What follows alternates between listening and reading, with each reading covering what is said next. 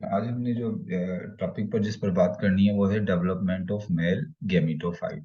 अब प्लांट्स के अंदर स्पेशली जो फ्लावरिंग प्लांट्स हैं उसमें आपको पता है कि मेल गेमिटोफाइट कहाँ डेवलप होता है। तो फ्लावरिंग प्लांट के अंदर फ्लावर के अंदर एक मेल सेक्स ऑर्गन होता है इस तरह। इस मेल सेक्स ऑर्गन को हम क्या कह रहे हैं? इसको हम कह रहे हैं स्टैमेन। इसको हम क्या कह रहे हैं? स्टैमेन। स्टैमेन के ऊपर ये जो स्ट्रक्चर्स हैं, एक्सटेंडेड जो स्ट्रक्चर है, इसको हम क्या कह रहे हैं? इसको हम कह रहे हैं एंथर। और एंथर के अंदर स्टैमेन के अंदर ये एंथर होते हैं, और एंथर के अंदर होते हैं माइक्रोस्पोरेंजियम। एंथर में ये क्या है? माइक्रोस्पोरेंजियम। दो एक में मतलब टोटल चार जो है वो क्या है एंथर के अंदर? माइक्रोस्पोरेंजियम है।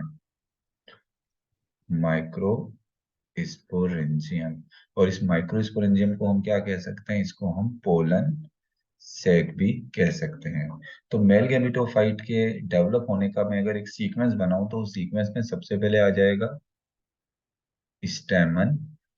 स्टेमन के अंदर होते हैं एंथर, और एंथर के अंदर होते हैं माइक्रो स्पोरेंजियम,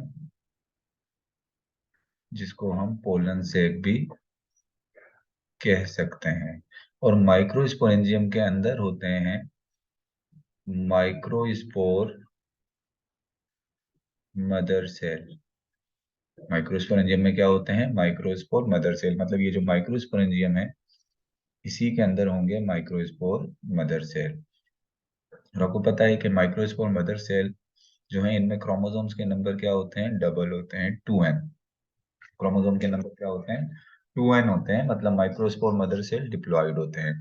डिप्लॉयड और हेप्लॉयड का कॉन्सेप्ट बेसिकली क्या है? वो ये है, मिसाल के तौर पे ये एक सेल है, अगर इसमें क्रोमोसोम्स ऐसे पेयर की शक्ल में है, ऐसे, ये क्या है? ये क्रोमोसोम के पेयर हैं। अगर क्रोमोसोम पेयर की शक्ल में हो तो ऐसे सेल को हम क्या कहते हैं? ऐसे सेल को हम डिप्लॉइड कहते हैं। अब देखिए यहाँ क्रोमोसोम के कितने पेयर हैं? 3 पेयर हैं, तो क्रोमोसोम 6 हो गए। लेकिन अगर ये क्रोमोसोम पेयर की शक्ल में नहीं होते, अलग अलग एक एक होता, तो अब इस सेल को हम क्या कहते हैं? हैप्लॉइड। तो माइक्रोस्पोर मदर सेल जो है ये क्या होते हैं बेसिकली? ये होते हैं डिप्लॉइड। माइक्रोस्पोर मदर सेल क्या होते हैं? डिप्लॉइड होते हैं। तो चलिए मैं इसके सीक्वेंस को दोबारा बता देता हूँ कि मैंने अभी आपको क्या बताया कि सबसे पहले क्या है? ये यहाँ पर ये जो है ये स्टेमन है। स्टेमन के ऊपर जो है ये क्या है? ये एंथर होता है। इसको लेते लेते यहाँ पे करते चले जाते हैं। ये स्टेमन है। स्टेमन के ऊपर ये क्या है? ये है एंथर। एंथर के अंदर ये है, स्टेमन में से हमने क्या निकाल लिया? ये एंथर। एंथर के अंदर क्या है? ये माइक्रोस्पोरेंजियम। और ये माइक्रोस्पोरेंजियम में क्या होते हैं? यहाँ एक बार आ रहा हूँ, एक से ज्यादा होते हैं माइक्रोस्पोर मदर से। फिर क्या होता है? इन माइक्रोस्पोर मदर सेल में मियोसिस डिवीजन होती है। माइक्रोस्पोर मदर सेल में मियोसिस डिवीजन होती है, और मियोसिस डिवीजन से क्या बन जाते हैं?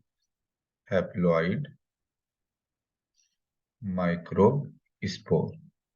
मियोसिस डिवीजन से क्या बन गए? ये अगर ये डिप्लॉइड माइक्रोस्पोर था तो इसकी मियोसिस होगी, और मियोसिस से एक डिप्लॉइड माइक्रोस्पोर से जो है वो कितने हैप्लॉइड माइक्रोस्पोर बनते हैं? टोटल 4। मैं यहाँ सिर्फ दो ही अभी बना रहा हूँ। टोटल हैप्लॉइड क्या बन गए? माइक्रोस्पोर बन गए। फिर ये जब हैप्लॉइड माइक्रोस्पोर होता है, इसकी वॉल थोड़ी थिक हो जाती है। इसके अंदर का न्यूक्लियस डिवाइड होता है, जिससे एक ट्यूब न्यूक्लियस बन जाता है, और फिर एक जो है वो जनरेटिव न्यूक्लियस बन जाता है। यानी ये जो हैप्लॉइड माइक्रोस्पोर है, इसी से आगे चलकर क्या बनता है? इसी से आगे चलकर बनता है मेल गैमीटोफाइट।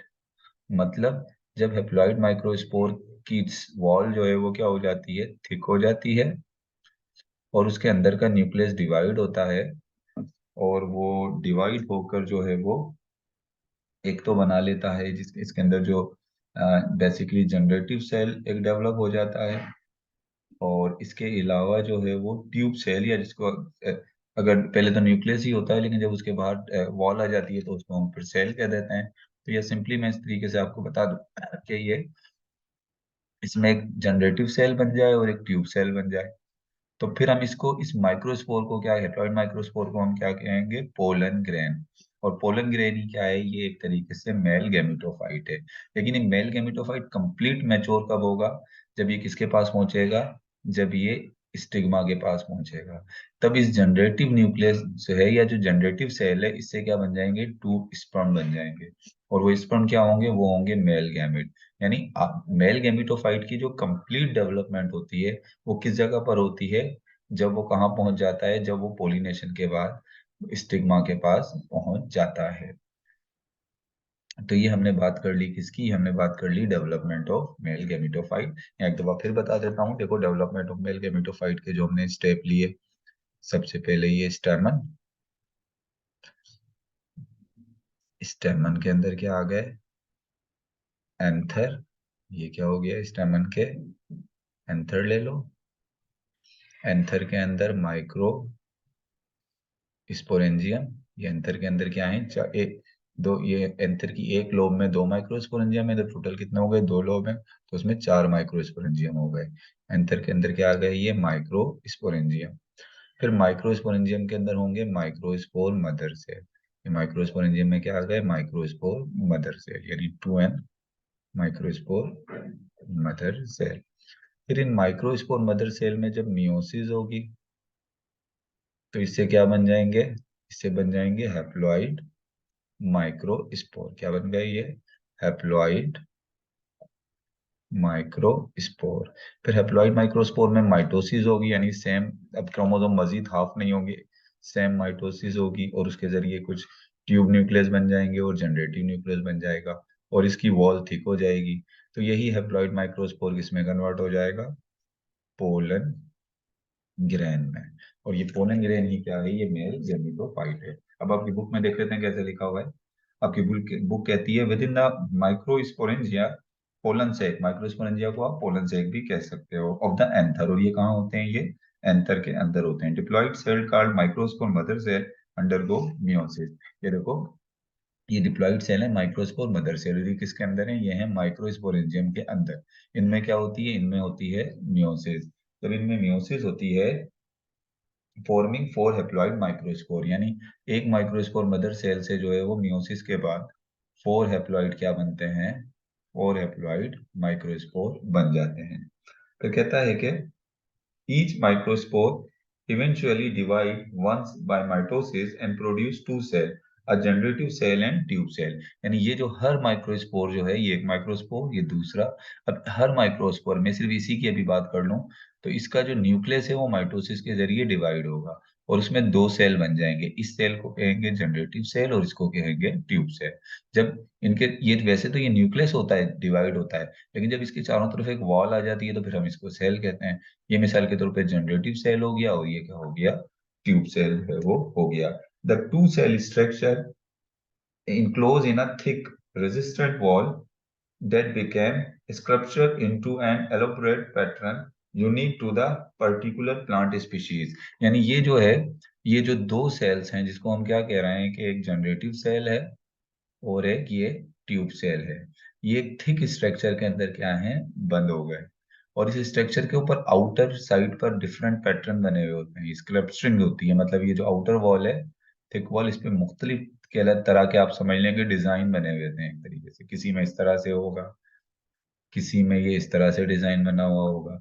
हर स्पीशीज में डिफरेंट होते हैं, हर स्पीशीज में ये पोलन ग्रेन की जो आउटर वॉल होती है, हेप्लॉइड माइक्रोस्पोर की आउटर वॉल के ऊपर जो पैटर्न बने होते हैं वो डिफरेंट होते हैं। Together the two cell and their wall content pollen grain. ये दो सेल और इसकी वॉल मिलाकर, अब इस स्ट्रक्चर को हम क्या कहेंगे, इसको हम कहेंगे पोलन ग्रेन कहेंगे। पोलन ग्रेन कह लो, या इसको आप कह लो मेल गैमेटोफाइट। कभी कभी पेपर में पूछते हैं कि पोलन ग्रेन का दूसरा नाम क्या है, तो पोलन ग्रेन का दूसरा नाम जो है वो क्या है, बेसिकली मेल गैमेटोफाइट भी आप इसको कह सकते हो। After pollination and germination each microspore develop to form mature male gametophyte. यानी इसके बाद जब पोलिनेशन हो जाती है, और पोलिनेशन के बाद ये माइक्रोस्पोर जब आ जाता है, हैप्लॉइड माइक्रो या पोलन ग्रेन जो है वो किस पे आ जाता है, स्टिग्मा पर। अब यहाँ पर जब ये पोलन ट्यूब निकल जाएगी, अब क्या बन जाएगा, ये मैच्योर मेल गैमेटोफाइट बन जाएगा। जब तक ये माइक्रोस्पोरेंजियम के अंदर था, ये मैच्योर नहीं था। कंप्लीट मैच्योर कब हुआ है, जब ये स्टिग्मा के पास पहुंच गया, क्योंकि इसमें से पोलन ट्यूब निकल गई। और साथ में क्या होगा कि जो पोलन ट्यूब सेल होगा वो पोलन ट्यूब निकालने में हेल्प करेगा, और जो दो मेल गैमेट, जो जनरेटिव सेल थे, दो मेल गैमेट बना लेंगे। फिर आगे जाकर जो है वो किससे फ्यूज हो जाते हैं, जो फीमेल गैमेटोफाइट गैमेट्स के साथ जाकर फ्यूज होते हैं।